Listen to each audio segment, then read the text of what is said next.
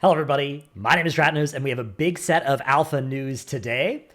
We have some healer changes, healer interrupt changes, a new Delve Hall of Fame thing, patch notes, actually 2 weeks of patch notes because I missed last week, and some other stuff as well. So probably buckle up for a long video. Also, I'll probably skip over some of the less interesting notes. I'll do more TLDR of those to the best of my ability. But yeah, I was away for a week, so sorry for not catching the week 3 notes as they came out. Figured I'd just do them here with week 4. Also, if you're interested, if you're a fan of the famous podcast, The Pod EC, we have merch as well at podec.com if you want to pick up some Pod EC merch. I'm not wearing it right now because that would have been too smart, but yeah, that's cool. Link in description. Anyways, let's get into the first big piece of news, which is a huge change to healers. So they have this blue post about it. Up first, they're talking about diminishing returns, which we actually already knew about this change, which basically like stuns never go fully immune. The DR has gone down to 16 seconds as well from 18. But yeah, mostly it's just stuns always work, even if they're already DR'd, you can still stun and it'll just do like a tiny micro stun, but it'll still stop a cast. The big thing though is interrupt. So this is a new thing. At the beginning of Midnight Alpha, we made a change to all interrupt abilities players have, increasing their interrupt duration, so the spell lockout, by 2 seconds each. This change should make interrupt effects more effective when trying to shut down an enemy caster or have them move closer to engage in melee. Healing can be a stressful role when you must manage several things at once: your own healing abilities, your team's health, and the enemy's actions. We feel that asking the healer to monitor the cast bars of things they don't have targeted while properly using their interrupts was asking too much. In the Midnight Alpha build this week, we've removed access to interrupts from all healer specs except for Resto Shaman. These talents will be replaced with other talent nodes for healer specs in a future Midnight Alpha build. We recognize this is a significant loss of utility in some circumstances and want to make sure that the content available to a healer is still completable, especially considering solo experiences such as the special Delve boss encounters or any other solo challenge experiences. Resto Shaman will keep access to Wind Shear, however, for Resto specifically. The cooldown will be increased to 30 seconds. We like healers having different capabilities and feel that Wind Shear is an important part of a Resto Shaman's toolkit. So this is a huge change. I've talked, in basically one of my last patch note things, I was basically suggesting that they do this. I think that there are some important things that need to also happen to make sure that this feels good rather than bad, because I do think that most healers would rather not have the interrupt be something that they, is part of their responsibility. But it feels worse to feel like, okay, if I'm not playing a Resto Shaman and I don't have this interrupt, my group's going to die, right? Or like just watching casts go off that you are powerless to stop, right? You see the cast coming. There's nothing you can do about it. Maybe the rest of your group's already kicked. Maybe you're not in comms with them. And then it goes off and it kills everybody. And you're like, man, I really wish I had a kick here. I think Blizzard definitely, there's multiple things that they've bitten off here that are all going to require them really chilling with how much damage interruptible casts do and how frequent interruptible casts go. But I think if they do that successfully, then this is a good place to take away complexity from healers. Another, I think, challenge with this is that a lot of their changes, especially to Resto Shaman, but to several healers in general, have been in the direction of lowering the complexity of the game for them. And I think that, this is one of those cases where, okay, if we're also taking away the interrupts, which I think is a good place to take away the complexity, that could be a good sign to put a little bit back into the healer kits. But there are good reasons for why they're doing what they're doing to the healer kits as well. It's just, I feel like maybe most healers, Resto Shaman this week actually is getting a little bit of interaction back into their kit, a little bit of skill gameplay back into their kit. And I think a little bit more of that across the board, including still to Resto after this week's changes, is probably warranted to make this all work out. But I think that this is part of a balanced breakfast, right? It just, you need the other bits too. One of those things is enemy behavior. So with the removal of interrupt abilities from healers, we're making an effort to change the behavior of enemies that use spells like Shoot or Frostbolt, which notably Shoot is typically not interruptible and Frostbolt typically is. We want enemies with these spells to more evenly spread their targeting to different players of your group, which should reduce cases where a single player might take a large spike of damage while others receive none. And again, we have more to come for classes in Midnight testing. We'll continue to outline, blah, blah, blah, blah, blah, blah, blah, test the game, blah, blah, blah. Okay, so This part, though, is definitely interesting. They're adding some code, maybe some like bad luck protection, preventing you from getting targeted. There's already some, they've added some similar-ish, in a similar space, they've added, enemies can't all cast at the same time, certain spells. Although sometimes that actually makes them harder because you can't AoE stop them. But this is going to be a new thing where like, okay, maybe if there's going to be a total of 5 Frostbolts cast, they have tech that either spreads it across all 5 players in your group, or maybe makes it just such that if somebody would be targeted a third time, then they're not, right? And it chooses the target, right? And it's like each person has maybe a running count of how many times they've been targeted by a targeted ability in the last few seconds, and the game makes sure to not target somebody who's like 2 ahead of the average, or prioritizes people who are behind the average of that number across the group. I don't know. There's a lot of different ways you could code this, some of which would maybe be more helpful than others, some of which would maybe be more predictable than others, which is probably something that they don't want. They probably don't want you to know with certainty who the target of a next ability is going to be, although I don't know who's going to bother tracking that, especially because an add-on isn't going to be able to do that.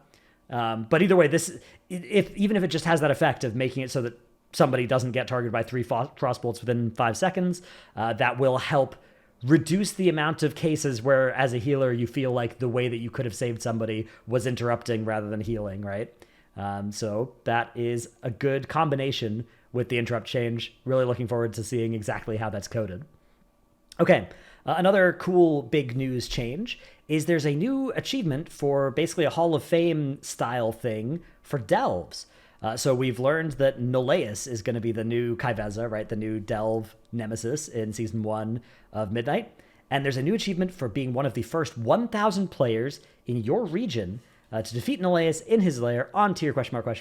without any other players in your party before the next season of delves. So if fewer than 1,000 people do it, you still have to get it done by the next season of delves. And you get the title of Fabled Vanquisher of Noleus.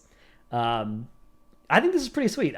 So one thing that I'm a little bit worried about is it depends a little bit on how Noleus releases. Given historical precedent, it probably won't be open right at the start of the expansion. If it was, it would A, make this like largely a leveling race, and B, a early access purchasing check. Even if it, say, came out, not when the game came out to everybody without early access, the lead that you got during those 3 days of early access would be insurmountable. If, on the other hand, this does come out at one of the later dates, it's probably fine. One interesting thing as well is the Hall of Fame achievement has the same text as this, but it tracks, they close it the week after this would be earned, so that would maybe change, because 1,000 isn't a big number. If there was an achievement for, among all the players that play WoW, right, especially at the start of an expansion, this will go pretty quick, I suspect, unless Noleus is like really hard, or requires gear, which would be weird. Even Kaiveza, right? Kaiveza was like hard, but it wasn't hard enough that 1,000 players, if there was an achievement for the first 1,000 players, wouldn't have got it done in the first day of it being out, I think. So we'll have to see how they decide to do that. I kind of hope that they let it stay open for the first week. I wouldn't even be against, delves are inherently a more casual and chill experience, but the delve boss with Kaiveza has moved in kind of the opposite direction of being a Mage Tower style challenge.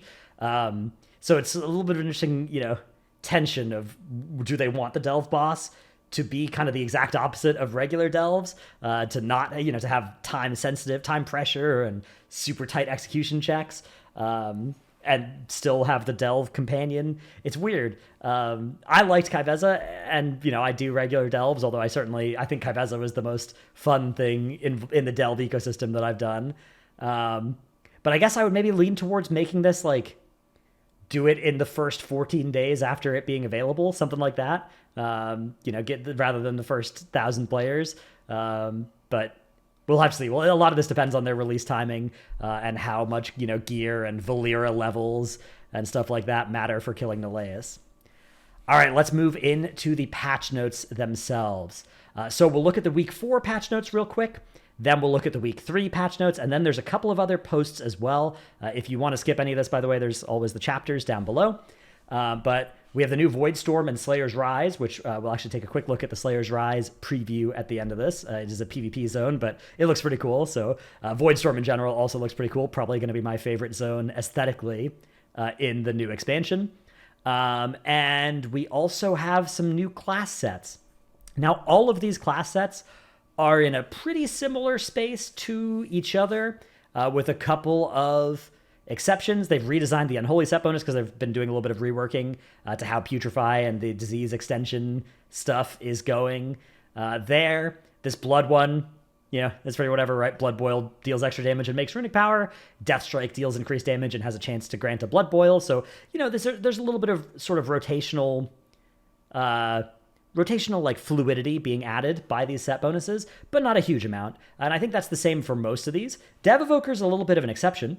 The 2 set here is Azure Sweep damage increased by 50% and damage against primary target increased by an additional 100%. And then the 4 set says Eternity Surge grants an additional use of Azure Sweep. Casting Azure Sweep reduces the cooldown of Eternity Surge by 2 seconds. So this is the new ability, the AoE Azure Claws, that talent, and I guess you're going to be playing that the first season here if you are a Dev Evoker. BM Hunter is getting Bestial Wrath damage and making Bestial Wrath better. Emma Hunter, Precise Shots damage, and then Precise Shots has a chance to do a volley, which deals damage. So these ones actually don't really have any rotational fluidity being added. Serve Hunter, Wildfire Bomb damage up. Wildfire Bomb provokes an additional strike as 1 at 100% effectiveness. Arcane Mage, Arcane Charges give you crit. Crit damage of arcane spells goes up, right? So also no rotational fluidity. Fire Mage does come with a little bit of it because the 2 set increases damage on Pyroblast and Flame Strike, but the 4 set makes it so that casting those gives you Fire Blast charges, right? Gives you 0.5 seconds of cooldown reduction on Fire Blast. So that will actually give you a little bit of, every 10 Pyroblasts you cast, you're getting 5 seconds off of Fire Blast. Look, it's not a big deal, right? These are tuned to be quite weak and quite low impact across the board. We've come to sort of expect this for first season tier sets. It gives them a place to go upwards, right? Rather than starting at full speed in an expansion. But at least, this does have something that you'll feel besides just the arcane ones, for instance, literally just make your numbers bigger. Frost Mage, give you Flurry and Blizzard damage, then Fingers of Frost increasing Shatters damage. Holy Priest, casting Benediction has a high chance to summon a Divine Image, and then the 4 set makes that last for longer and deal more healing and damage. So at least this one, has a little bit of changing how Benediction feels to press. Ellie Shaman, Stormkeeper gives you haste for 10 seconds. Okay. And then Stormkeeper gains an additional charge when cast, and it increases Lightning Bolt and Chain Lightning damage by 25%. Okay. Cool. So I guess Stormkeeper, it's not going to give you an additional charge of casting Stormkeeper, right? It's not going to let you press it again. It's just going to empower an additional Lightning Bolt or Chain Lightning. Still, though, I quite like this one, right? This is, a Stormkeeper set bonus. Seems pretty cool. And then Resto Shaman is getting Unleashed Life buffed, cooldown reduction, more direct healing, and buffing a second spell. You might be thinking, hang on a second, didn't they take away Unleashed Life? They actually are putting it back in this update, which we'll get to at a later spot. Okay, in classes, in addition to the DR behavior that we've already talked about, B-Reses will now highlight when a group member dies in raid and dungeon instances. This is actually quite important because a large minority of players already, in fact, probably a majority of players in the game in general, but a minority of players in the medium to high end of the game, play with their, look at their action bars, right, for their spells. And that percentage is going to go up in Midnight because the value of having a weak aura kit, right? You're either going to have the Blizzard cooldown manager, or I think some people will just put their action bars near the middle of their screen. People already do this because there's not too much benefit to not doing that anymore, right? There's not functionality that you can really get from a weak aura or even cooldown manager. I mean, cooldown manager has some functionality that you might want, but depending on your class, spec, and personal preferences, you may not actually find that there's any benefit to using cooldown manager over just putting your bars near the middle of your screen. And if that's the case, then the auto highlight, what Blizzard decides to auto highlight, it's actually pretty useful for queuing what to do next, especially if there are people that are less familiar with the game, people that are maybe, they do their weekly key with their guildies but as, sort of in a casual, normal / heroic guild. Those sorts of players, I think the chance that they're going to cast a B-Res on you when you die will go up by quite a lot by highlighting V-Res when somebody dies. I'm not super confident in that prediction, but having played a little bit of like Legion Remix, where a lot of people are kind of unfamiliar with their spec, and there a lot of people are playing with more default UIs because you don't want to bother setting something up for a remix character necessarily. I've definitely noticed that the auto highlighting is pretty important for what that cues in your brain. Especially I was playing when I was away. I was playing on my laptop without a bunch of add-ons, and that is definitely something I noticed. Okay, raid buff spells will now highlight outside of combat when a group member is missing the buff aura in raid and dungeon instances.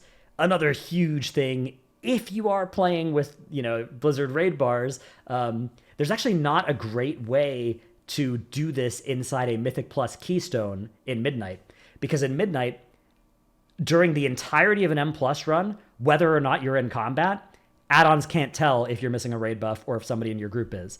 Outside of a keystone, if you're out of combat, a raid buff missing, weak aura, well, I guess not weak aura because that's not getting continued into Midnight, but an add-on with that functionality could work, but it wouldn't work inside a key because during the entire key, that data is all secret values. They wouldn't be able to like tell you that that's happening there. So this is now a way that you can get this even inside a key. This is, in fact, the only way I think to get that functionality, and it probably means that this is another buff to having your action bar be visible somewhere so you can see when this thing highlights and make sure you actually press your raid buff. It is interesting that it's out of combat because a lot of the raid buff missing stuff, you would still want to know that in combat for after you B-res somebody.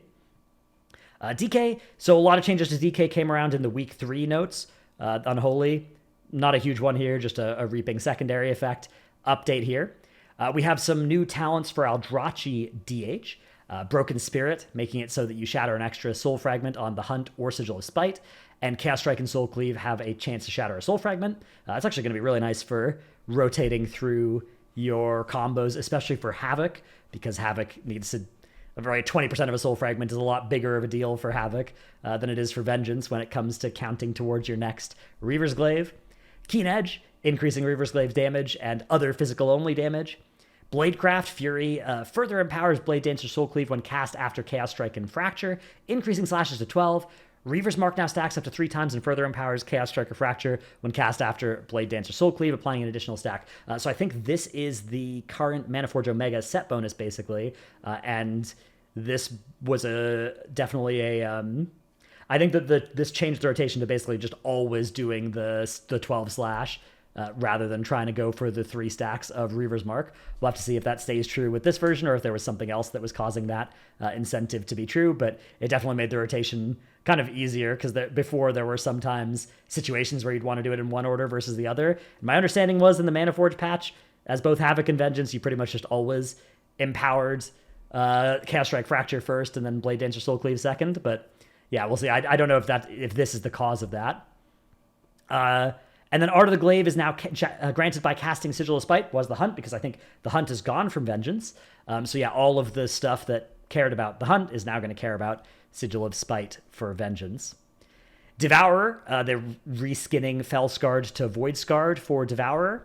It's interesting, again, it's one of those things where it's like the hero talents are supposed to be this sort of shared identity, right? It's like, oh, both Resto Druids and Balance Druids are Keepers of the Grove, right?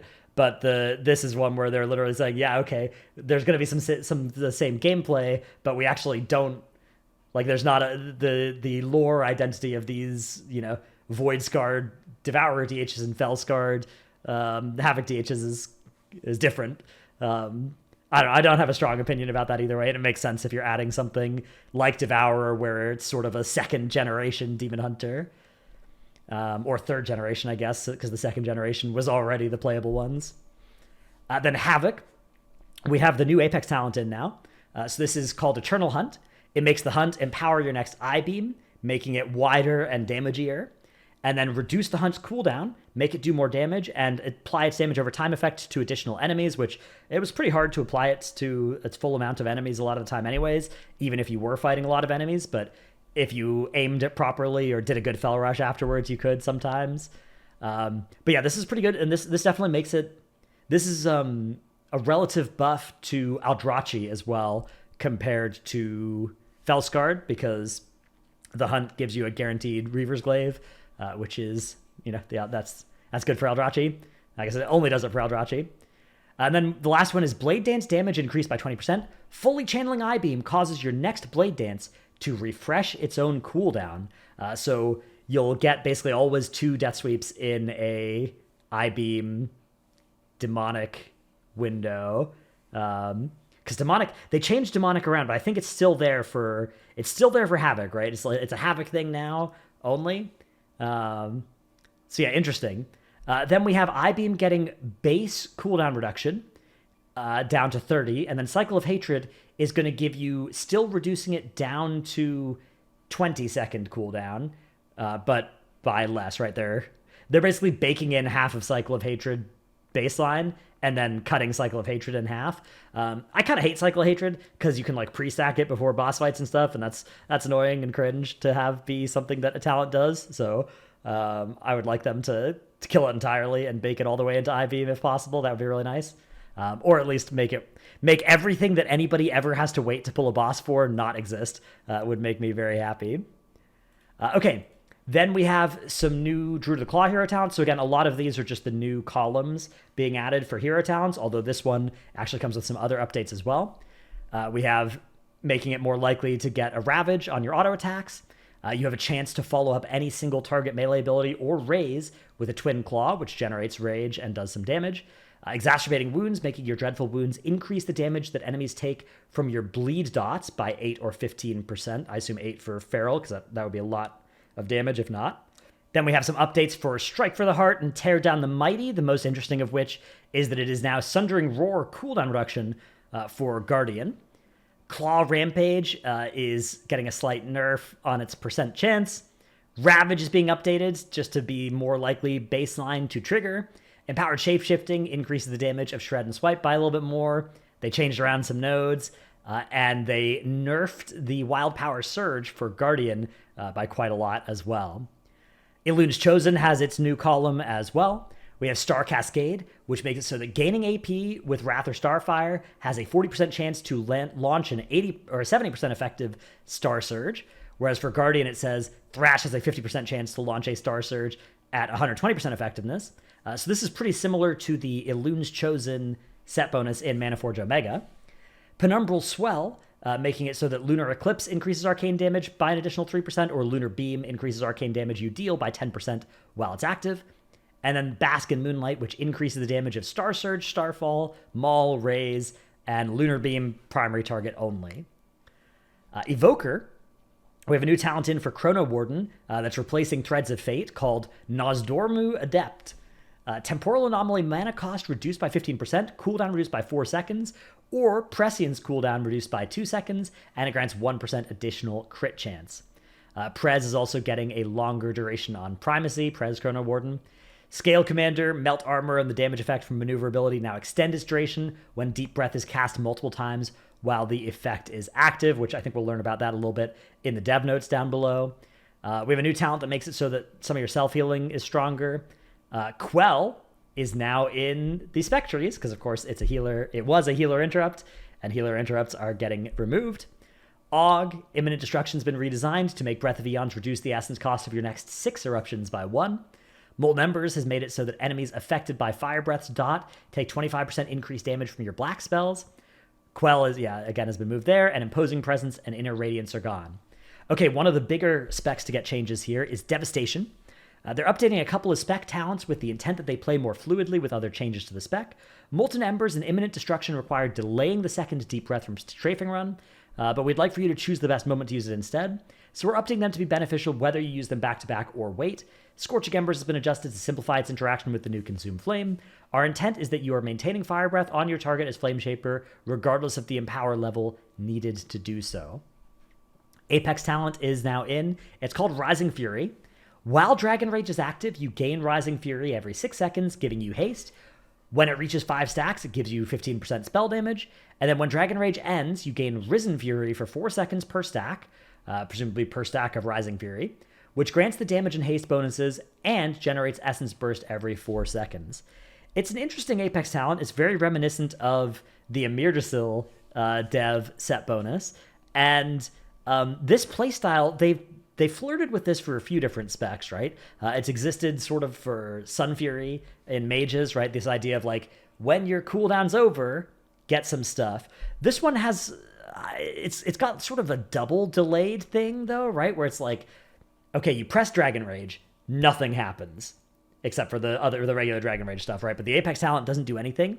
6 seconds later, you get your first benefit, which is 4% haste, right? 24 seconds later, after pressing your Dragon Rage, you have 16% haste from Rising Fury, and that's still all you've gotten, right? You've gotten an average now of like 8% haste over the first 24 seconds of your Dragon Rage. And then finally, after 30 seconds, you get 15% spell damage, and then your Dragon Rage ends, and you're going to get 20 more seconds of 15% spell damage, 20% haste, but your Dragon Rage is over, but you are getting an Essence Burst every 4 seconds. It's a little bit weird because, in my experience, this style of cooldown, I don't know, it doesn't feel that great for me to play casters that do this, or really DPS specs in general that do this. I do like tank specs where it's like, oh, hey, after your offensive cooldown, you get some defense, or after your defensive cooldown, you get some offense for a bit, or even a little bit less defense for a while coming out of your defensive CD. Those kind of things I think are interesting designs in the tank space. But as a DPS, I don't know. This is one of my less favorite designs for something to happen, especially because when I'm playing Evoker, I don't know if this is just me, but when I'm playing Dev Evoker, after my Dragon Rage ends, I know that my target is taking less damage from me because now my mastery bent full effectiveness is gone. So especially if it's one of your later Dragon Rages in a fight, it's like, okay, I have all of these bonuses, but a lot of the benefit is coming after my mastery is now doing less contribution to my damage, and that feels bad to me. I know they've reduced the importance of mastery since Dragonflight launched for this spec, but that's still something that makes this especially unsatisfying for me on Dev. I don't know if that's just a me thing though. I'm not a particularly good Dev player by any stretch, but that has been my experience. That's been part of the reason why when I played with this effect on Dev, I didn't particularly enjoy it. Imminent Destruction has been redesigned to make Deep Breath reduce the essence cost of your next 4 disintegrates or pyres, stacking up to 8 times. So again, that's just to make it so you can press the 2 Deep Breaths back to back and it doesn't matter. Scorching Embers makes it so that enemies affected by Fire Breath's dot take 25% increased damage from your red spells, and they took away Imposing Presence and Inner Radiance. Prez, we now have Wings of Liberty, making it so Verdant Embrace gains an additional charge. I think this used to have the effect of letting you recast it 2 times within 5 seconds of it coming out. A little bit of clunkiness associated with that. I think the additional charge is definitely going to be welcome, and is probably going to be really good. That's probably going to be quite strong. Tempo Charge has been redesigned to make Bronze Healing and Absorption increase by 15%. I'm actually not sure, because there were 2 different Verdant Embrace talents, one of which made it like a ranged spell, and one of which gave you the 3 charges, or the 2 extra casts. I forget which one Wings of Liberty was. But yeah, either way, one that just makes it so you gain an additional charge sounds pretty nice to me. Sounds pretty, simple, flexible, and powerful. Lifebind duration is going up, and Temporal Anomaly radius is also going up. Hunter, Withering Fire's duration is going down to 10 seconds, but it now triggers from Bestial Wrath was Bloodshed, and that's because Bloodshed, spoiler alert, is going away. Stalk and Strike no longer applies Sentinel's Mark, and Survival is getting some stuff interacting with Tip of the Spear, which we'll talk about when we get to Survival. Spoilers there. We have a new talent as well, Guardian's Hide, which makes it so at all times your pet gives you 3% DR. Your pet does receive 100% of the damage it mitigates, and this is a choice with Roar of Sacrifice. It's intended to be an option for players who still want to benefit from Roar of Sacrifice's DR, but don't want the keybind or responsibility. Lone Survivor now increases Survival of the Fittest duration by 2 seconds, was 4. Bloodshed's been updated because Beast Mastery had way too many keybinds. This was one of the most complicated specs in the game, so we needed to make sure that we give them 1 less keybind with Guardian's Hide, and also 1 less keybind here with Bloodshed, which now makes it so Bestial Wrath provokes your pet to tear into your target, giving them a bleed, and its damage has a chance to summon a dire beast. It was not hitting the notes we wanted as its own button, so we're folding its behaviors into Bestial Wrath. We'll tune around its increased frequency. Dark Ranger nodes that previously keyed into it will now look at Bestial Wrath instead. So yeah, finally, I think Beast Mastery, you'll no longer require a PhD to play this spec. It's finally an approachable spec that you don't need an MMO mouse for anymore. Phew. Wild Thrash has been updated. Now charges your target, delays the spell cast until the pet reaches its target. Nice. That's really nice for that. That's the replacement for multi-shot, basically, for BM now. It's just Wild Thrash, and it just makes your pet do an AoE and then give you Beast Cleave. Solitary Companions returned to give your pet 35% damage and 10% size. Survival, so basically Tip of the Spear is coming back. We want to add another layer of depth to its gameplay by reintroducing it. Alongside the reintroduction, we'll be including a new suite of Tip of the Spear-centric talents. Additionally, we're reworking a portion of Sentinel's talents to key into Tip of the Spear directly. We're making Boomstick easier to access and granting more CDR via quick reload and lethal calibration, so players will more reliably have access to its AoE. We would like Survival's area damage events to be sparser and higher impact, but we agree with the community that it felt too infrequent. We appreciate your continued feedback and will continue to iterate as necessary. So there are some of the new talents. Quick Reload to give you 30 seconds of Boomstick cooldown reduction. Primal Surgeon and Twin Fangs to give you more stacks of Tip of the Spear. Tip of the Spear has been updated to make Kill Command increase the damage of your other spells by 15%, stacking up to 3 times. Strike as 1 has been updated to make consuming it provoke your pet to attack, dealing some damage. Explosive Efforts Expert now also benefits Boomstick. Wildfire Tar now increases Wildfire Bomb's periodic damage and no longer increases pet damage to enemies affected by Wildfire Bomb. Wildfire Shells is being nerfed. Lethal Calibration makes Wildfire Bomb reduce the cooldown of Boomstick by 1 second for each enemy hit, up to 5 seconds. So in AoE situations, each bomb can give you 5 seconds of CDR, plus you can have 30 seconds less baseline. So you could be boomsticking pretty often. Flame Break's been nerfed. Raptor Swipe has been buffed. Flame Fang Pitch has a longer cooldown. With Boomstick's cooldown becoming shorter, we wanted to give Flame Fang Pitch some room to breathe and reduce the situations where you have many spells coming off cooldown at the same time. Note that they haven't buffed its damage, and if anything, they've nerfed it with the Flame Break nerf here. So a little bit of a shame, potentially, if you're an enjoyer of Flame Fang Pitch, which I loved. I loved the design of Survival where you're basically just like, you're pulling out your shotgun, you're throwing Molotov cocktails, you're like the 20th century revolutionary out in the streets. Very funny design for a spec. So I hope that this is good. I hope Flame Fang Pitch is good. It's a fun thing. They have updated the visual as well, so maybe the Molotov cocktail is gone now. They took away Quick Toss, Sticky Bombs, and Wildfire Tar as well. Mage, we have some changes to Frostfire to give you haste instead of Ignite crit damage. Flash Freeze Burn's been updated to no longer give you cooldown reduction on Combustion or Ray of Frost, and now grants Frostfire empowerment from casting Combustion or gaining 5 Icicles. Spellslinger, Splinters have become easy to generate and are still strong, especially for Arcane, so we're nerfing their frequency and their power while also adding some non-splinter-based damage hooks to ensure your Frost and Arcane core spells are contributing meaningfully to your damage. So Frost Splinter and Arcane Splinter are both doing 50% less damage. Splintering Orbs, 50% less Splinter generation. Spellfrost Teachings, 50% less cooldown reduction. Infused Splinters, 15% from 25 to apply a freezing stack.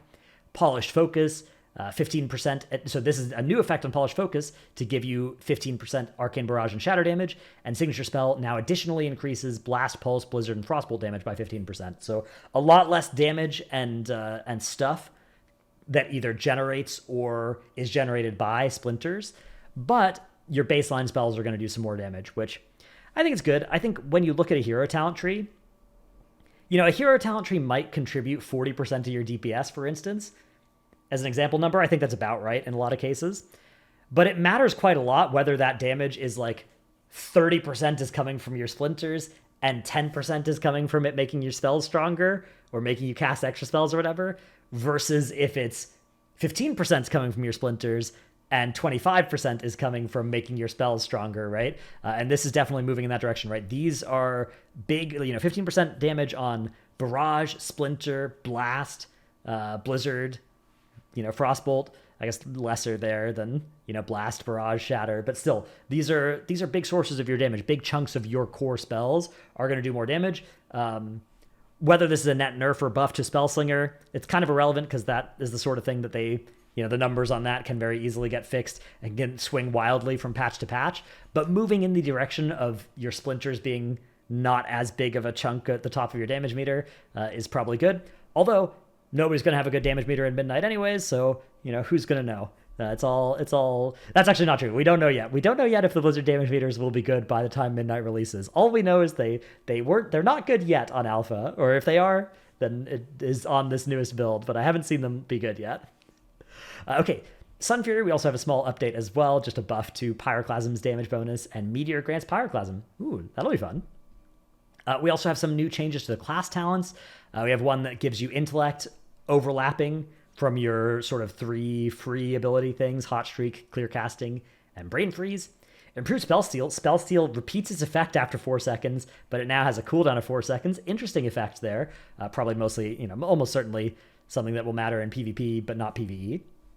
Improved Counterspell. Counterspell locks out for an extra second. Improved Remove Curse. Remove Curse on a friendly target, also casted on you, but its cooldown is increased by 20 seconds. Actually could be relevant in some PvE situations. Mana Confluence. Your mana costs are reduced by 5%. This would be a powerful effect for healers. This is one of those things where if Fire or Frost are ever going and this changes that, or is a necessary talent to avoid that would suck, but it wouldn't be the first time that it's happened. Especially Fire has often itself late in an expansion as your haste value is getting pretty high. So yeah, funny little talent there. Of course, more relevant, one would hope, for Arcane. Reflection. After casting Blink, it's replaced with Reflection for 8 seconds. Reflection teleports you to where you last blinked, and there's a choice against spatial manipulation. Interesting effect there to just give you one of these on every blink. It only lasts for 8 seconds, but potentially a powerful piece of mobility in certain fights where you want to get from point A to point B and then get back, right? You could think of something like Dimensius actually has a couple of examples of this where if you could just blink over one ring and then Reflection over another incoming ring on Dimensius Phase 3, that would work out pretty well in a lot of cases. So you need to sort of have the thought for how you want to use this, but I think there will be a lot of fights where this will be good. Incantation of Swiftness has been updated to give you less movement speed. Cone of Cold's cooldown is going up, and Reduplication has been removed. Big Brain has been removed. Arcane IQ has been nerfed. Eureka is now a 1-point talent, but here comes the big spec change, which is to Fire. So I think, at least among the mage in my guild and his Discord and stuff, Fire was the rework that they were the least happy with. So let's see what they're doing here. The goal with the following changes is to further reduce the baseline power of Ignite while adding some power to Master of Flame. Additionally, we're making Meteor easier to access to increase its appeal in lower target count situations. Lastly, we're adjusting Fired Up to be able to trigger regardless of combustion to help create more excitement and add more power outside your burst cooldown. We also adjusted the third node to help retain the feel and excitement of combustion with Fired Up's previous iteration. We appreciate your continued feedback and will continue to make changes as necessary. Of course, if you were ever worried that Blizzard would leave a mage spec in a bad place, don't worry, that only happens to the other specs. Mages, you're going to be fine. It's always going to be fine. So whether or not they've accomplished it with this build, they'll keep iterating until the mages are happy, don't worry. So new talent, Conflagration. Fire Blast deals additional damage to up to 8 nearby enemies. Another new talent, when combustion expires, all your ignites explode, dealing 50% of their remaining damage. This seems really sick. This is a really powerful effect if, your ignites have any meaningful amount of damage on them. Pyro Mastery. Pyroblast damage increased by 5%. Size increased by 15%. Choice noted Mark of the Fire Lord. I just want to say, this sort of little trinket texty things, right? Like the size of your Pyroblast is not something that affects your character's power, but it's something that I wish more talents would do this kind of thing where it's like, okay, this is cool, right? And then you could even see, you can see oh, that guy's talented into Pyro Mastery because his Pyroblast is massive. Mark of the Fire Lord, more damage on Meteor or Flame Strike, a choice note against Pyro Mastery there. Mode of Flame, all fire damage increased by 3%. Now, I'm not an expert here, but I think for a Fire Mage, this represents about a 3% throughput there, so you probably want to talent that. Fired Up's been updated, so the first node no longer requires combustion. Its chance has gone up, but it has a lower fire damage multiplier. The second node now additionally increases your fire damage by 3 or 6%. And the third node says combustion significantly increases your chances of gaining Fired Up, reducing each time you gain it. Additionally, Fired Up now extends combustion's duration by 1 second. So this should be kind of fun gameplay where at the very start of your combustion, you probably get a couple of these back to back, in all likelihood. But even if you don't, you'll probably, by the end of your combustion, have gotten, roughly the same from one combustion to the next amount of fired ups, maybe plus or minus one, assuming you're playing it well. Ignition's been updated. Fire Blast now spreads 50% of your target's ignite, was 100%. That's a big nerf there, but that is what they said they were doing. Master of Flame's been updated. Now additionally causes your Fire Blast to spread an additional 50% of your ignite, so you need both of these to get the old benefit of ignition. Controlled Destruction's been updated. Now triggered from Pyro Blast, Flame Strike, and Fireball damage. Kindling's been updated to be 2 points and reduce combustion's cooldown by 60 seconds for 2 points. Fervent Flickering now grants an additional Fire Blast charge and increases its damage. Flame On is now a 1-point talent that gives Fire Blast 1 additional charge and reduces its cooldown by 2 seconds. Meteor's been updated to no longer deal increased damage to the enemy closest to Meteor's center baseline. Deep Impact has been updated to now cause it to deal increased damage to the enemies closest to Meteor's center. So they just moved that effect onto Deep Impact. Blast Zone's been updated to give you Meteor cooldown reduction. Field of Burns duration is down and Mastery Gain is down. Pyromaniac is back. Flame Strikes and Fireballs' baseline damage are going up. Meteor is now located in Gate 1, Molten Fury Gate 2. Firefall is gone. It was exclusively played by Frostfire mages and doubled the number of isothermic cores available, heavily impacting how we must tune Meteor, Isothermic Core, and Firefall. By removing Firefall, we'll be able to keep more of the power in the Meteor button itself. Flame Patch and Surging Blaze are gone. So I'm not a Fire Mage expert.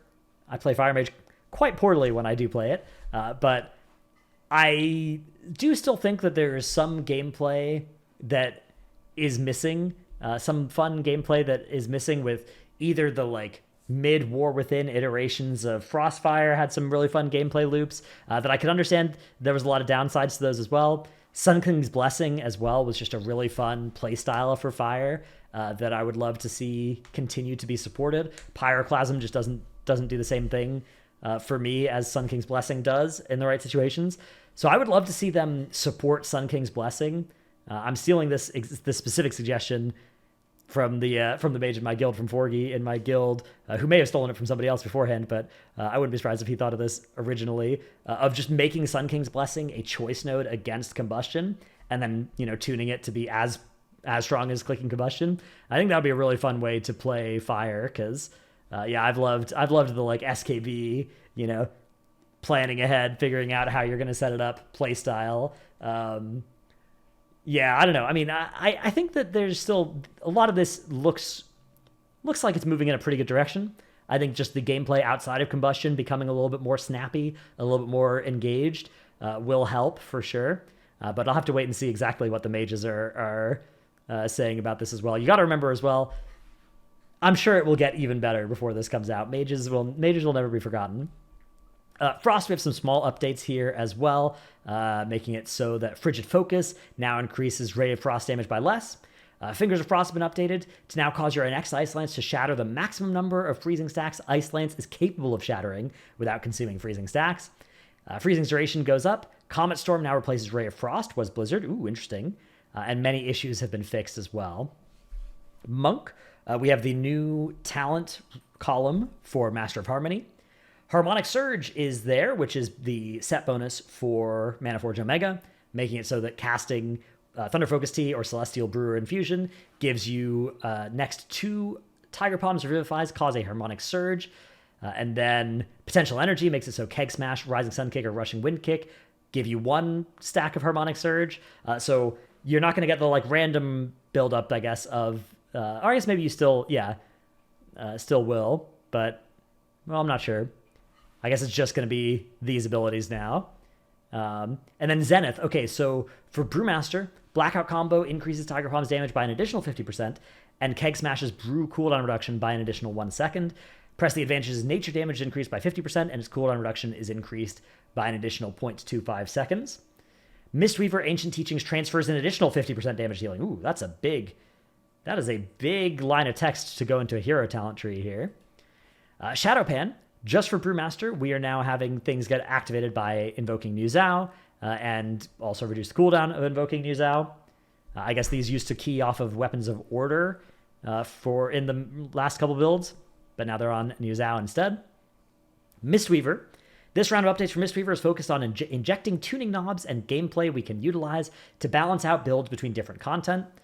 So we have Amplified Rush, giving you increased healing on Gust of Mist caused by Renewing Mist. Restore Balance, increasing the damage or increasing healing done while Yulon and Chi-Ji are active. Yulon's Whisper is being buffed. Celestial Harmony no longer gives you 2 instant casts in Enveloping Mist, and instead reduces its cast time by 60% while Yulon is present. Jade Bond no longer causes Enveloping Mist from Spirit Font's Chi Cocoons. Spirit Font's Chi Cocoons now scale their effectiveness based on the amount of Soothing Mists cast by Spirit Font.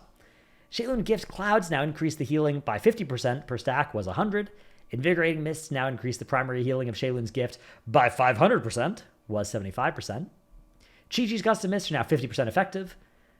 Fixed some issues and killed the Kick, Refreshing Jade Wind, Energy Transfer, Tea of Plenty, and Tea of Serenity. Paladin. For Lightsmith, we have the new column here, which it's not actually going to be the new column because I guess Hammer and Anvil is moving into one of the spots in the new column.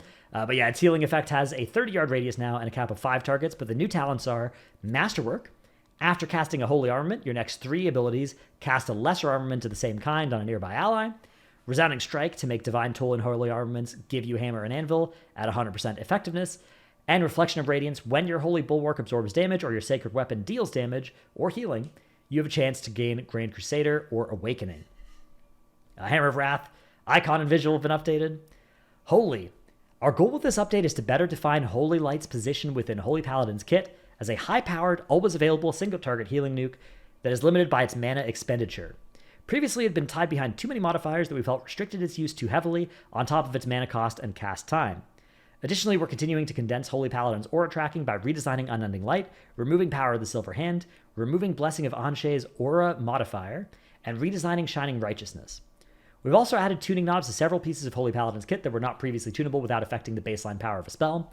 We're also experimenting a bit with Call of the Righteous's tuning, as we didn't feel it matched our goal of offering a reasonable trade-off for the power of reducing the cooldown of Avenging Wrath and adding functionality to Beacon of the Savior that rewards healing them directly, as well to ensure value is being received in scenarios where the best target to heal is that Beacon target. Makes sense?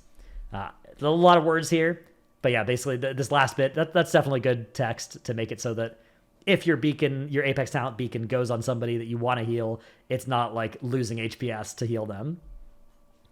New talent, Seek Deliverance. While Wings isn't up, you gain 5% mastery. While it is up, you gain 30% movement speed. New talent, Holy Light's healing and mana cost both increased.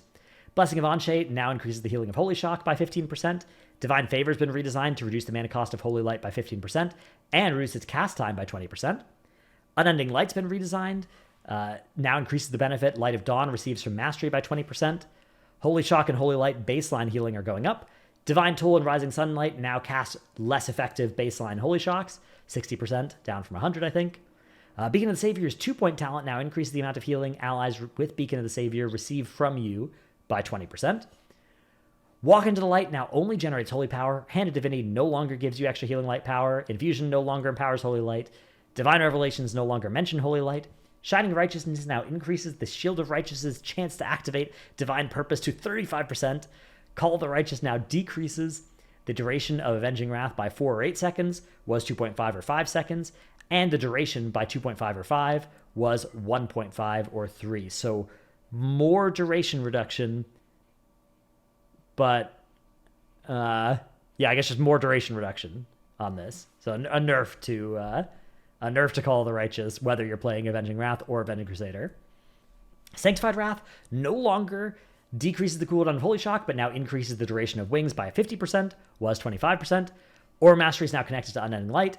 Tyrion's Devotion now reduces the cooldown of Lay on Hands by 30%, was 50%.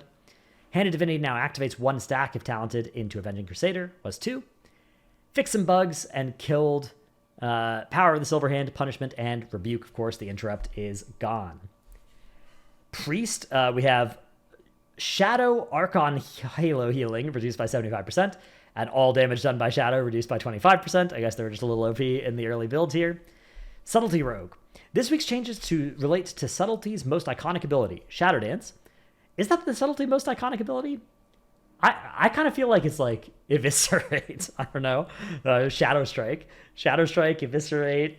What Maybe even Shuriken Storm or Shuriken Tornado even for me.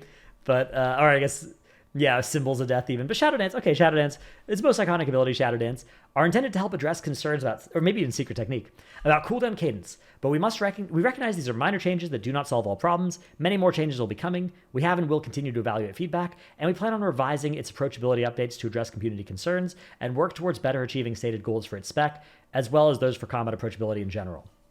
So Deepening Shadows now gives you increased duration of Shadow Dance based on your haste. I believe this was originally reduced cooldown on Shadow Dance. Shadow Dance's cooldown has been reduced baseline, and its duration has been increased baseline, and improved Shadow Dance has been removed. So temporary stuff here. We'll see what the long-term changes end up being. Okay, Farseer Resto makes it so that they've moved it back onto Unleash Life instead of Healing Stream Totem, because Unleash Life is back. Totemic Surging Totem's cooldown has been reduced by 5 seconds, and reactivity has been renamed to Split Stream. Split Stream now increases the healing of Healing Tide Totem. Primal Catalyst now also affects Healing Tide Totem, and Earth Surge is no longer a separate aura and has been merged into Earth Living's Periodic Heal aura. Static Charge is now a 2-point talent, reducing the cooldown of Cap Totem by 15 seconds for 2 points. Brimming with Life gives you increased stamina by 10%, and while you're at full health, Reincarnation cools down 100% faster. Winds of Alakir is now a 2-point talent, giving you 6% movement speed and 10% more movement speed bonus on Ghost Wolf. Therazane's Resilience and Reactive Warding are now a choice instead of in the class tree instead of in the Resto tree. Totemic Surge no longer reduces the cooldown of Surging Totem, Windrush Totem, Healing Tide Totem, Spirit Link Totem, and Static Field Totem. Resto, so this is the big one. This, I think, was the single most negatively reacted to healer rework, maybe spec rework in general. We've been monitoring community feedback closely and agree the spec is missing some gameplay after our recent changes. We're adding Unleash Life back to the Resto tree with some minor tweaks to its functionality. We still want normal spellcasts to be impactful, but being able to respond according to the situation with a short cooldown allows for fun and rewarding gameplay. We've also taken a look at Ascendance and feel this is a good opportunity to update its functionality for some fresh gameplay. Looking forward to your continued feedback. Unleash Life has returned to the talent tree and has been redesigned. Unleash Life, healing a friendly target, increasing the healing of your next Riptide, Chain Heal, or Healing Wave by 25%, and reducing their cast time by 30%.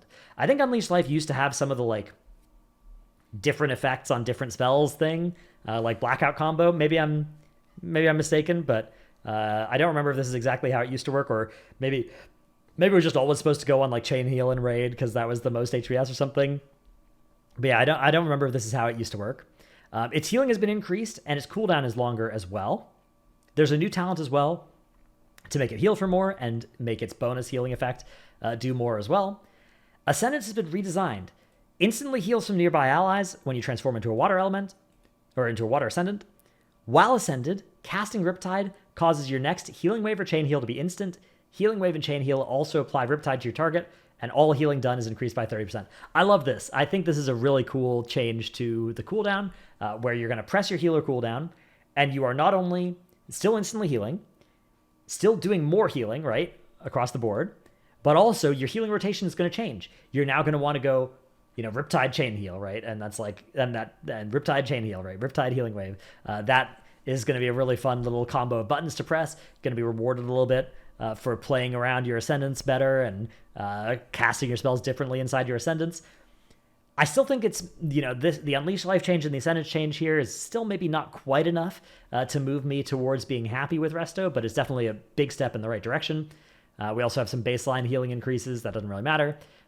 Wind Shear's cooldown is now 30 seconds, was 12 seconds, and Stormstream Totem's initial heal now heals for 200% more. I will still be firmly on the record as thinking that the Apex talent, Stormstream Totem, is not good. Not good design for fun healing gameplay at all. And it's not even particularly good design if you want to make a cozy, easy healer, in my opinion. But it's definitely not good if you want a fun, skill-based healer. Warlock, we have Hellcaller. They've renamed some stuff. And they've also made it so you get Seeds of Their Demise as a chance to grant Shard Instability was Tormented Crescendo. Several talents that were not yet implemented are now implemented.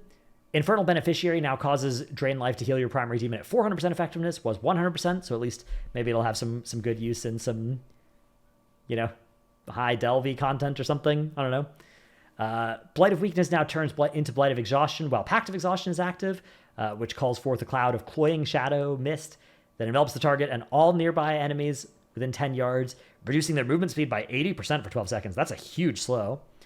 Blight of Weakness is now Blight of Tongues, while Pact of Tongues is active, which increases casting time by 100% for 12 seconds. So both of these are by far like best in class for the like size and AoE of their effects, right? Being able to give like these will be huge under the right circumstances, in raids even, but in keys as well, especially the cast time reduction. If there are a lot of fights, if they continue to design, there are a lot of fights where this would be really good. If you could, like Queen Ansarek, for instance, throwing one of these on, if this hit, say, the 2 farthest attendants or whatever, that would make your life a lot easier there. So, this is potentially very powerful here. Warrior, we have our new columns in. So for Colossus, Decimator makes it so that Demolishes Final Strike applies deep wounds at 100% effectiveness. Cut to the Bone makes it so that Mortal Strike and Shield Slam crits increase your bleed damage from rend and deep wounds by 50% for 8 seconds. And then Celeritas Concussion makes the Final Strike give you 10% haste for 10 seconds and increase the crit chance of your next Mortal Strike or Shield Slam by 100%. Storm Surge makes it so that Avatar increases the damage of Thunderclap by 50% and reduces its cooldown by 50%. Conductivity makes your Lightning Strike damage go up and crit damage go up. And Capacitance makes Avatar... during Avatar, Thunderblast gives you extra Avatar duration. That's pretty powerful. Slayer. We have Violent Euphoria, which makes it so that Bladestorm gives you haste for 8 seconds after you stop Bladestorming. Deadly Focus, giving you 6 extra seconds of Executioner. And Unhinged, every 2 strikes of Bladestorm, you automatically cast a Mortal Strike or Bloodthirst at your target and a random nearby enemy, dealing 100% of normal damage. I feel like this was a Legion Arms set bonus effect. That was pretty powerful, pretty fun. Slayer's Dominance has been updated. Slayer Strike now gives you a stack of Executioner, increasing your execute damage by 3% for 12 seconds. Multiple stacks may overlap. Show No Mercy makes it so that it also gives you execute crit, strike, chance, and damage.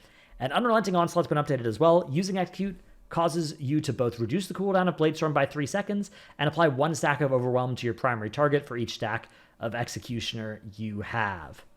I think I like all these changes. One thing I will call out is I'm not sure I like the 100% increased crit chance on Mortal Strike and Shield Slam on Celeritas Concussion here.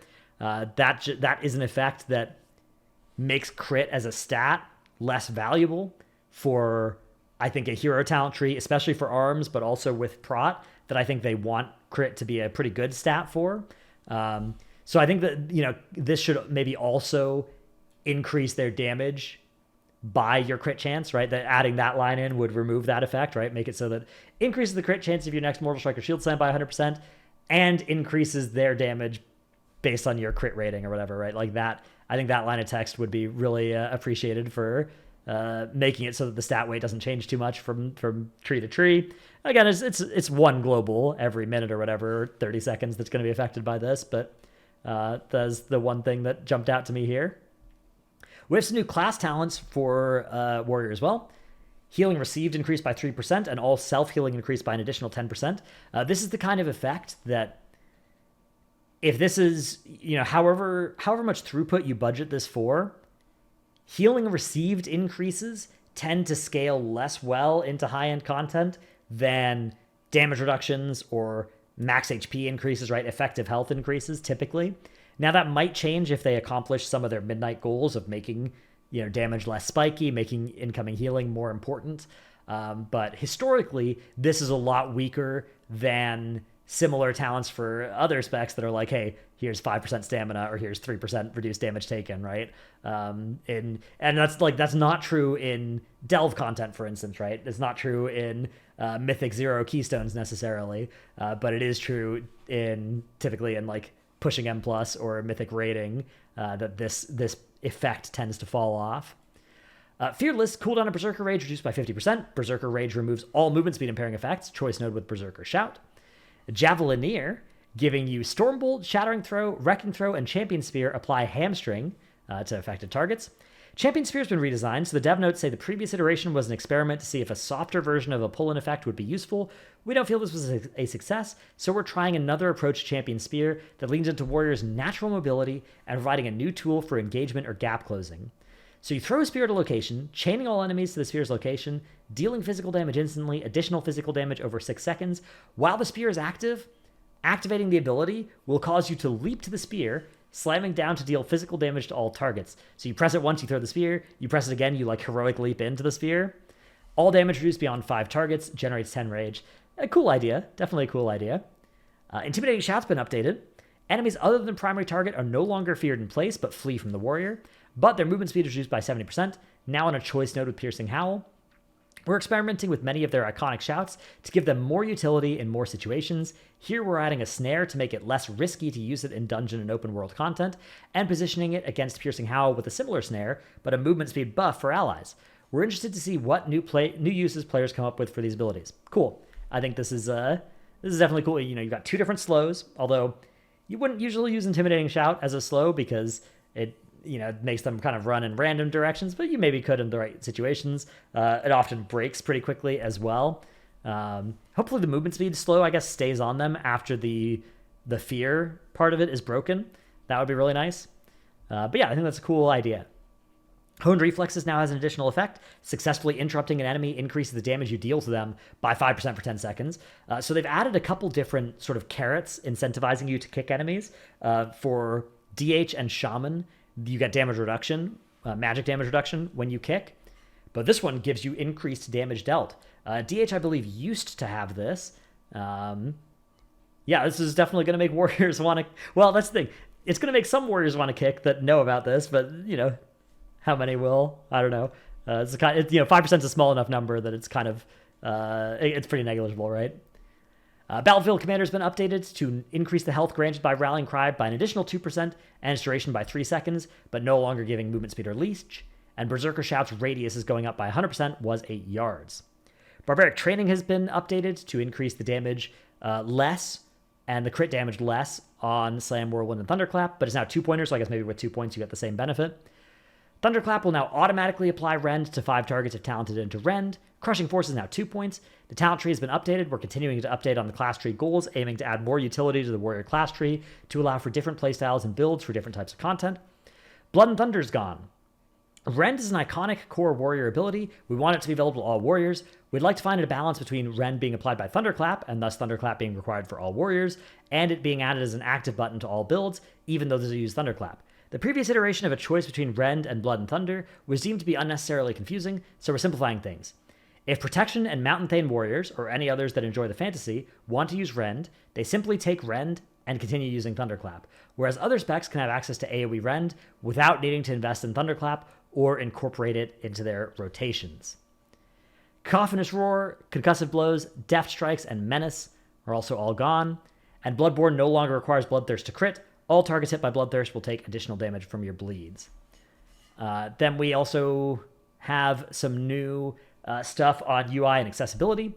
External Defensives is a new buff tracker located in the combat section of Edit Mode. These buffs are curated spells and cannot be changed. Still a nice thing to be able to see externals on you. That's one of the, add-on functionalities that would be good to have. Cooldown Manager. Sounds can now be previewed that you're adding to your cooldown manager. Add-on security changes. So add-ons are now allowed to pass text containing secret values into our text-to-speech APIs. So this means that if you are, if a certain debuff is on you that has a certain name, an add-on will now be able to play the sound of, like, the debuff's name on you, right? Like, poison on you, right? Or, deadly poison on you. However, it won't be able to know that it's deadly poison. It won't be able to do any logic on it, right? So if you wanted something like that, you would need every debuff that got applied to you in combat to be getting played to you by that, right? But it can now read out the name, if you want, of that kind of thing. Other secret values could also potentially, there are places where this could be useful, but it's still, the add-on functionality situation is definitely a evolving landscape. They've been continuing to update what's going to happen with what add-ons are going to be able to do, but a lot of it is still... A lot of what you may have used add-ons for in the past is intentionally gone, right? It's not like Blizzard is accidentally killing that. They're killing it on purpose because they don't want they don't want part of the skill of WoW to be setting up your UI to tell you things that are otherwise hard to know. They want to take everything that you used to do that for and either make it so that looking at that and doing the math in your brain or whatever is part of the skill. Or if it's something annoying, something that's not part of the skill they actually want to test, then take away the add-on's ability to tell you about it, and also just take away the part where the game doesn't tell you it easily. That goal is ambitious. It's huge. It's a little bit different than the initial goal they set of sort of not taking away the add-on functionality until they had proven that we could do without them first, right? They're sort of doing both changes at the same time, which is not initially how they said they were going to do this. But yeah, we're still a couple of months away from Midnight actually launching. There is certainly enough time to still get this right, but it's definitely not there yet on alpha right now. And yeah, but every week they are making changes. Later in this video, we'll take a look at some nameplates, specific stuff there to see how that's coming along on that side of things. Then they've also made improvements for the ability for add-ons to access secret values in tables and mix-ins, made various quality of life changes to add-on spell, cooldown, faction, and aura APIs, added a way for add-ons to colorize unit frame health bars in combat based on the health of the unit, which is nice. So now if you don't want to use Blizzard unit frames, that's gotten a little bit better. There's still a little bit more functionality that I think is needed here with, say, displaying over shields and healing absorbs and stuff on you a little bit more customizably. But I think that this is definitely a big part of making that at least playable. And removed recently added restrictions on gossip APIs as well, which hopefully that means you can still have auto gossip in. So, if there's like an M+, an NPC you have to talk to, and then like choose a certain dialogue option, and add-ons were able to get around doing that. Hopefully that's still something that you can do, and that's what this means now, but I'm not an add-on expert. There is an add-on expert that has been making videos basically every week going over the add-on changes and what they mean for what add-ons can do specifically. I think it's the DBM creator. It's like Mystical OS, I think is the name. I don't know. That might be the wrong name. I think that's the right name though. But I'll link in the description below to their channel if you want to go and learn more about that. Okay. So what is the next thing in this video? That's a great question. Let's just quickly take a look at the week 3 notes because I didn't do a video on these already. If you want to skip through these, we've got a couple more topics, so you can skip to the next one in the chapters down below. But new in Alpha Week 3, there's been a couple of other changes that are worth just taking a quick look at. So a bunch of other new set bonuses came in as well. None of these, I think, looked particularly crazy to talk about. One thing that I think is definitely worth noticing is the Presevoker Verdant Embrace, healing, cooldown reduction, and making it grow an Emerald Blossom on your target at 100% effectiveness. Definitely going to be pretty powerful. We also had a taunt change to make it so that taunts have a minimum 6-second duration and increased threat generation by 800% was 400%. So this is a really powerful effect. There's a couple of implications to this that are definitely important as well. So when you taunt something, you have it used to have 3 seconds, and now you'll have 6 seconds where the target is forced to attack you, even if you are, for example, immune. So one thing that this is going to do, in addition to the intended and good change here, is it is going to make bubble taunting, for instance, have a way more powerful effect, because the way that bubble taunt works is you have bubble and you have taunt, and the target attacks you only during the duration of that taunt debuff. And then afterwards, it follows this normal logic where it's like, okay, you might have the most threat still after your taunt, but I'm no longer forced to attack you because I no longer have this debuff on me. You're immune, so I will choose the next target instead to attack. So this is going to double the length of bubble taunt working. It's going to make it much easier to potentially bubble taunt or other, even like die by the sword taunt, all that kind of stuff, if you are looking to do that kind of strategy. So that's definitely, I think, one potential unintended consequence of this. Maybe this change should only work for tank specs. But increasing the threat gen by 800% was 400%. This is huge. This is going to make it way less likely that you're going to be ripping off of your co-tank in raid situations. Have the wrong taunt or the wrong tank getting threat. This will help a lot with that, right? Because instead of 400% for 3 seconds, you have 800% for 6 seconds. So you get quadruple threat, basically, from what taunt used to give you out of this. So very nice change there. DK. So this was the thing I was talking about earlier. They're iterating on Putrefy, making it more satisfying and refining the talents it interacts with. And they're also adding new effects that add variety, but they're also making it so that Sanlane has the identity of the infliction of sorrow, and they're basically taking away the putrefy disease consumption mechanic due to how anti-synergistic it becomes to use during sand lane cooldown windows, and instead moving putrefy into other stuff. Also, Soul Reaper is back. It's a 15-second CD that it's only usable on enemies below 35% health, and it makes the target take 20% increased damage from your plagues and minions for 8 seconds as well. Couple of other changes here, but I'm going to go over these much more quickly than the week 4 ones because these aren't actually new, and if you cared about these specs, you probably already looked at the notes for them. I don't know if that's necessarily true, but this is old news, right? So I want to get through this a little quicker. This is the stuff I was AFK for. But yeah, those are the main changes coming in to Unholy, with Putrefy being updated to no longer have a delay, now have 1 charge and have a 30-second CD instead of 15 seconds. So I guess it's something that they kind of just want you to sort of just press on CD-ish. So have to see. Either way, I'm glad they're iterating on Unholy. It definitely was a little bit clunky to play. I only hit dummies with it for a little bit on Alpha, but it did feel a little bit clunky. And yeah, I love the flavor of the new ghouls instead of wounds thing, but they definitely had a little way to go, and I think probably still have a little way to go before making it so the actual gameplay is really fun. DH, the Vengeance Apex talent is in. Soul Cleave and Spirit Bomb have a chance per fragment consumed to give you Untethered Rage, which gives you a free 10-second meta. Soul Cleave and Spirit Bomb can consume an additional Soul Fragment and deal an additional 5 or 10% damage for each consumed, and each cast of Soul Cleave and Spirit Bomb that does not give you Untethered Rage instead applies a stack of Seething Anger, which gives you agility and gives you extra chance to gain Untethered Rage, lasting 12 seconds and cannot be refreshed after gaining Untethered Rage. Cool effect here. A little bit of a shame that Fellscarred is gone from Vengeance because this would be pretty strong with that, but still should be fun. And Vengeful Beast now affects Fracture and increases damage by 20%, was 30.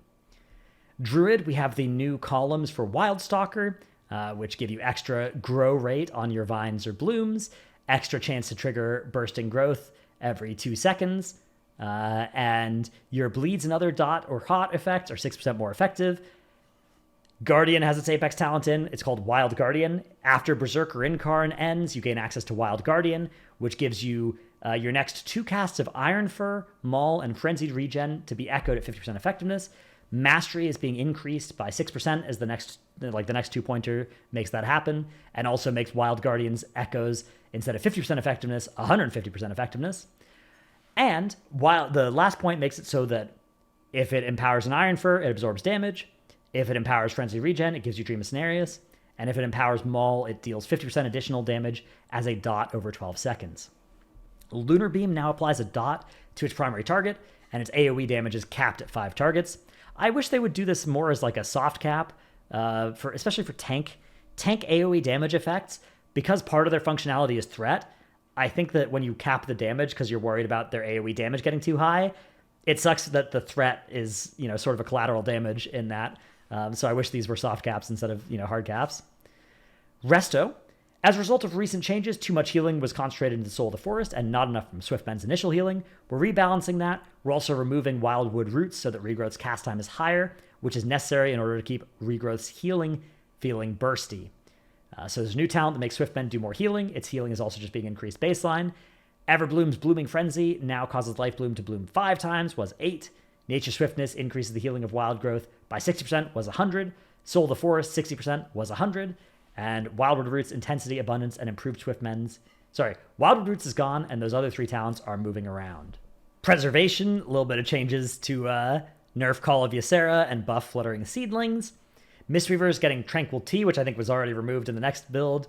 Gust of Mist also. Slight redesign to only trigger from Chi-Chi, Renewing Mist, Enveloping Mist, and Crane style, but its healing is going up.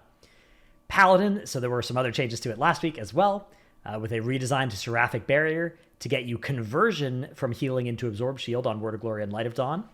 Liberation no longer scaling with haste. Breaking Dawn no longer increasing the radius of Light of Dawn, but its radius is going up to 40 yards and getting a new visual. Beacon of the Savior now jumps to targets below 30% health. Its Absorb triggers every 8 seconds, was 5. Crusader's Might is being buffed to 3 seconds CDR from 1.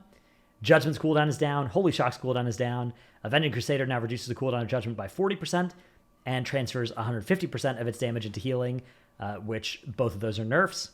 Holy Prism generates Holy Power. Shield of the Righteous gives you extra cooldown reduction, and gives you mana, and only gives its cooldown reduction in mana if it hits a target. That's good. Ret's also got an Expedition Tooltip update. Void Weaver makes it so Void Empowerment causes you to gain Shadowy Insight, was Mind Devourer. Rogue, Sub-Rogue has its Apex talent called Ancient Arts.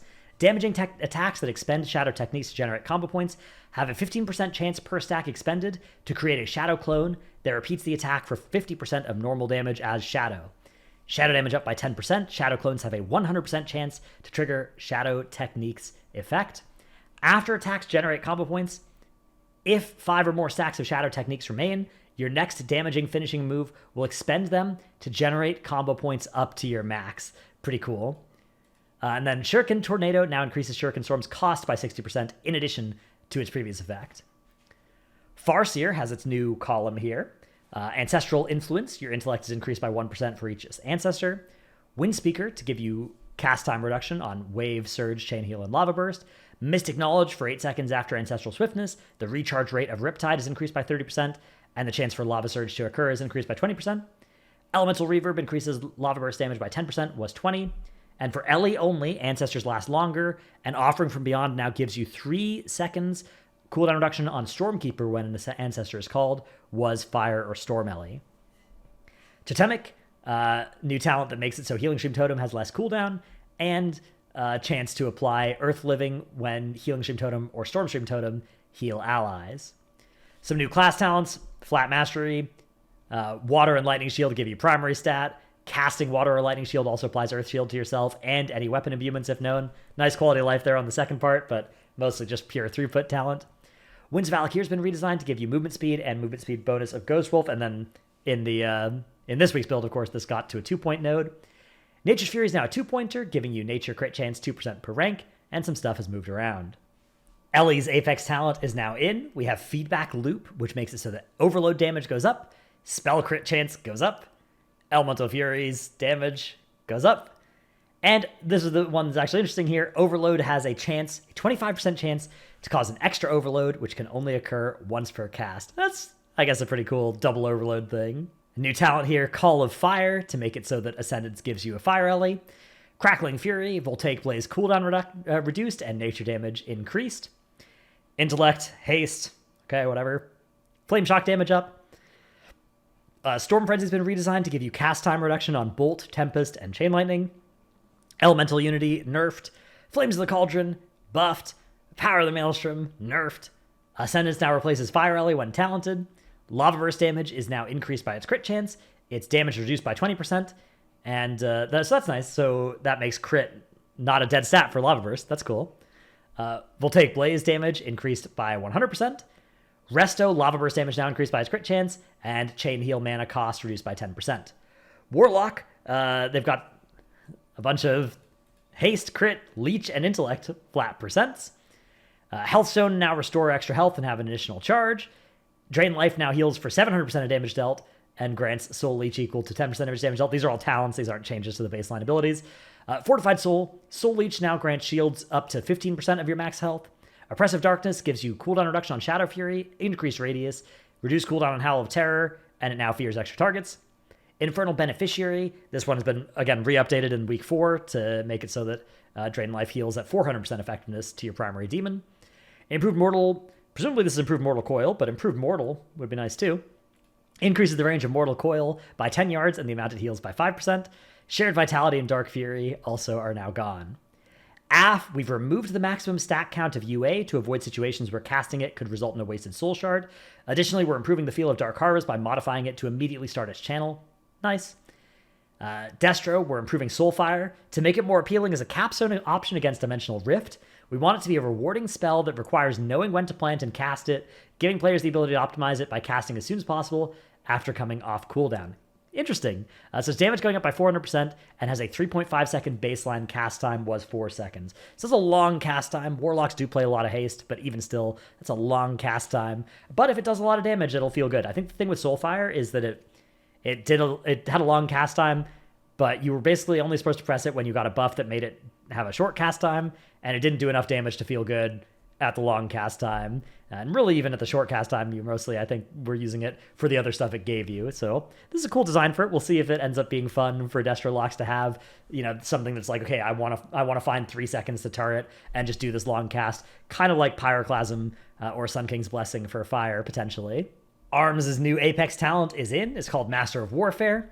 Overpowers a chance to upgrade Slam to Heroic Strike, which is actually pretty cool. Heroic Strike has often been a pretty, I think, weak part of Warriors kits when it's been in the game, but this is a cool version of it. Define or deftly strikes an opponent, causing high damage, giving you 3% armor pen for 30 seconds. Multiple applications may overlap. Each stack of Master of Warfare increases Mortal Strike and Cleave damage by 10% and crit damage by 10%. When a stack of Master of Warfare fades, the cooldown of Colossus Smash is reduced by 5 seconds. Very cool design. I'm not sure it should trigger off of Overpower. I guess this is trying to make Overpower feel better to press, but I feel like Mortal Strike would be the natural button for this to be, but still, very cool effect.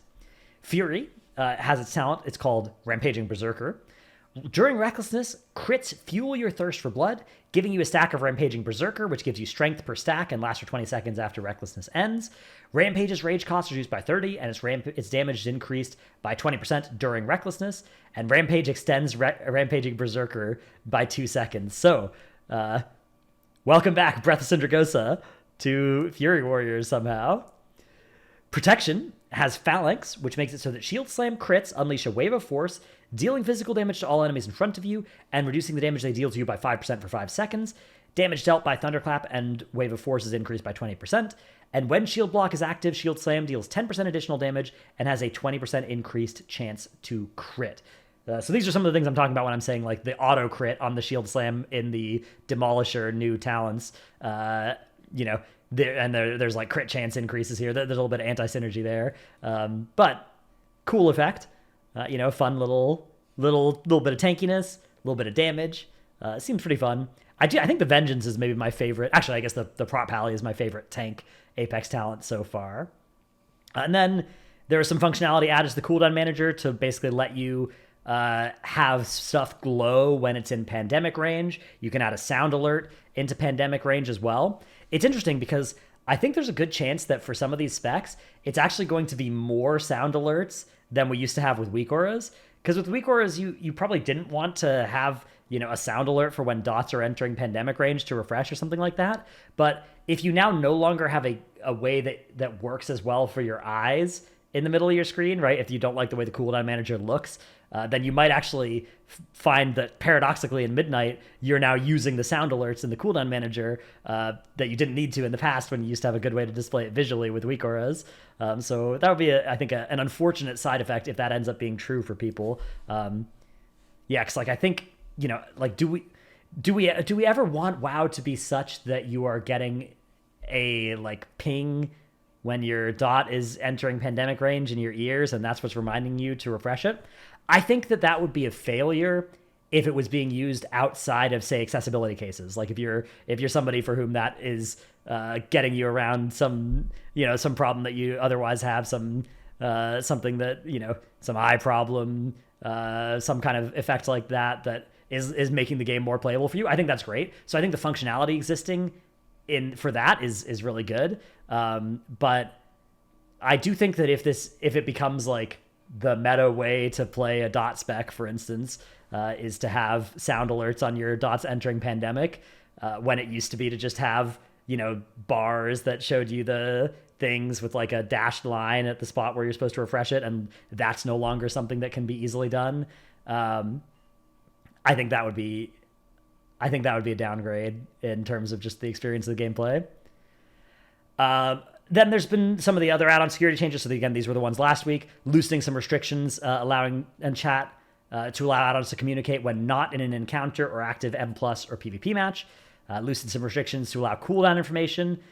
Still, getting cooldown information outside of combat or outside of an active M+ run is not super useful. Like the only thing that this really jumps to mind as opening up for me is that now if you wanted, say, an add-on that told you that the pull timer was shorter than your cooldown, which is something that a couple of those have been developed over the past couple of expansions that sometimes people use, that I guess is now back on the menu in raid combat specifically. not an M plus. But yeah, otherwise, I'm not sure what else you're really getting out of this. Adjusted add-on access to buff and debuff information to match the restrictions on ability cooldowns. Some API changes and ability to format secret values into strings with more improvements to come. So again, we'll have to see how all of that shakes out. Again, one of those things where I do think the goal is admirable, but depending on how soon Midnight releases, which if the like Legion remix timer is somewhat accurate, could be in 3 or 4 months, right? Like I guess 3 months for pre-patch, 4 months for Midnight type thing.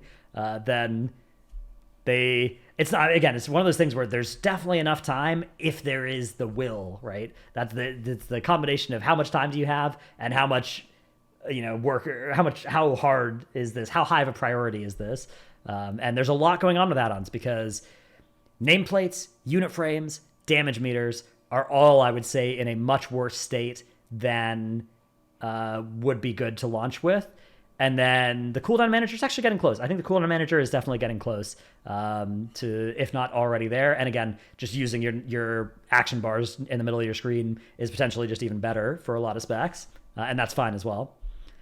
Okay, let's take a look at the next thing here, which is we just a couple more data mined set bonuses here, including the Devourer DH1, which wasn't in any of the patch notes, but these are data mined. They weren't in the patch notes, which maybe means that they're not as final, but Void Ray damage and Collapsing Star damage and now generating some Fury. Pretty vanilla stuff there. And yeah, other than that, I think all these other ones have been in the actual notes. And then here we have a post. So this one is from, let's see, Zephyrus. And yeah, we also have, so Zephyrus Jundies, who's a guildie of mine, actually. And they made this post about what's happening in Midnight with nameplates. So again, nameplates, unit frames, damage meter. These are kind of the big areas that I'm most concerned about. I will also note we've capitalized the wrong letter in Pop Tart Corn Dog. It's the G that's capitalized, not the D here, but I do respect that this is at least another silly capitalization, so I like that. So this has a lot of information. I'm not going to read the whole thing on stream here, but I do want to kind of highlight what I think are the biggest problems with what Blizzard's current nameplate setup is. So I think this is live right here. These are just nameplate stacking examples. But here's some alpha experience that you can see. Like this sort of thing is very common on alpha right now. There's already been a patch note of them trying to change this, but that's pretty, I think, bad if it makes it to live. Again, here's an Azure Vault pull where you can see how the current live nameplates look. And this sort of behavior is the kind of thing where it's going to be very hard to make nameplates that don't do this, right? It'll be pretty easy to make a nameplate add-on that changes some sort of surface level cosmetics. But yeah, this sort of experience. They've already made a patch note saying that they've improved this behavior, but it's clearly not there yet. So hopefully they can eventually get that right. The other big thing actually is this. It's nameplate text customization. And this is something that I really have gotten used to, and I don't think would be good to go to backslide on in Midnight. So the problem here is Plater lets you do a nickname system if you want, where you could just always do, like, for instance, I have one that's just last name only. So it just always shows the last name of enemies. That way, if you have a dungeon with Wastelander Phaseblade and Wastelander Ritualist, it just says Phaseblade and Ritualist instead of Wasteland for both mobs, which is how it will be in Midnight for nameplates. And there are several examples in Midnight of, say, this is a pull with 3 different types of enemies here, which all basically show up as Vile Branch, except for the one that you're targeting here. But yeah, there are 9 nameplates enemy, and 9 nameplates visible. All of them start with Vile Branch. Then 3 of them show you that they're Vile Branch B something, and one of them, the one you're targeting, says it's a Berserker. This is, I think, a huge thing that they need to fix. Now, there's an easy way for them to fix this, which is just make the enemies be named Berserker, Ritualist, or whatever, instead of Vile Branch Berserker, Wastelander Ritualist, whatever. But I don't think that's actually good. First of all, it's just nice. It's nice to be able to, like, wowhead search a mob name, and if they switched down to Berserker, that would now apply to hundreds of mobs instead of Vile Branch Berserker still uniquely identifying, this mob in this dungeon. So what I think Blizzard should do for this, it's a little bit of a different suggestion to what they have here. I think they should actually have a short name for every mob. Now this would represent some work, but they should have a specific shortened name for each mob that is the useful one. And the nice thing here is that they could actually curate it so that enemies that have the important information at the start rather than the end of their name, that could be their short name. And then it could be just a simple nameplate toggle that says show the short names versus show the long names. And then when you mouse over enemies, you can still see their full names in the tooltip, for instance, maybe in the enemy name, the enemy frame here, however you wanted to set that up. But I think that is the best actual answer to this, because I think they want to keep the flavor of these things being called Vile Branch Berserkers, but I really don't think there's room on a lot of interfaces, especially with all the text sizes and stuff that they're doing, the size and shape of these nameplates. I really don't think that it will work out well if they stick to this current version. So I actually think this is a pretty big problem for me. This is one of my top few biggest problems going into Midnight that I hope they come up with a fix for.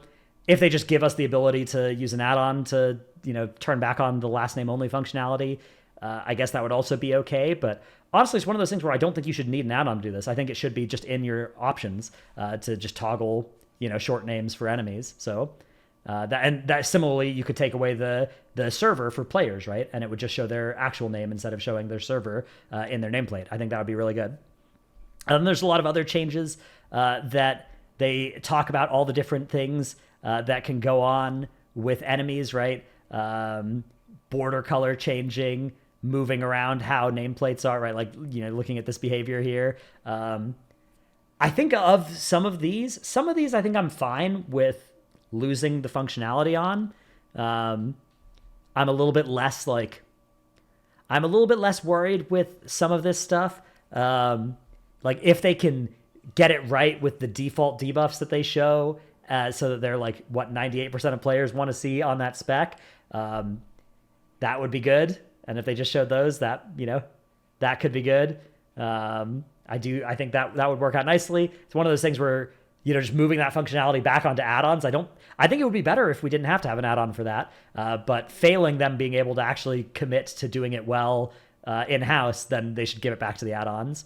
I'm not going to read through again this whole post, but there's a lot of really interesting stuff here. If you actually want to educate yourself on what exactly is happening, this is a pretty good, there's a lot of, they're saying what they think of should change and stuff, and clear that, obviously these are two people that work on a plater mod that comes with nameplate recoloring and all this kind of useful stuff. So that opinion, that bias is definitely, noticeable in especially the verdict section. But a lot of this other stuff is just pure informational. So even if you are on the side of hey, I really like what Blizzard is doing to this, if you want to kind of understand how much stuff actually is changing, what are the actual changes going to be, this can be a good way to educate yourself on that, even if you don't necessarily agree with what the verdicts are here. All right. Then lastly, here's a quick look at Slayer's Rise. Maybe not lastly, I'm not sure. Maybe there'll be a new post. Every time I do one of these, I always check Wowhead at the end and see if there's been a new post while I'm recording. But this is pretty cool. There's a new, basically, PvP, outdoor PvP zone with weekly quests, local stories, PvP world quests, all of which will be accessible with War Mode off. There will also be War Mode exclusive events, which will fuel battle and grant additional rewards. So that seems really cool. It's like a PvP area. It still works with War Mode off, though. And it's also the Epic Battleground is in the same space. There's also a PvP hub that is, just a hangout area for PvP players to hang out in.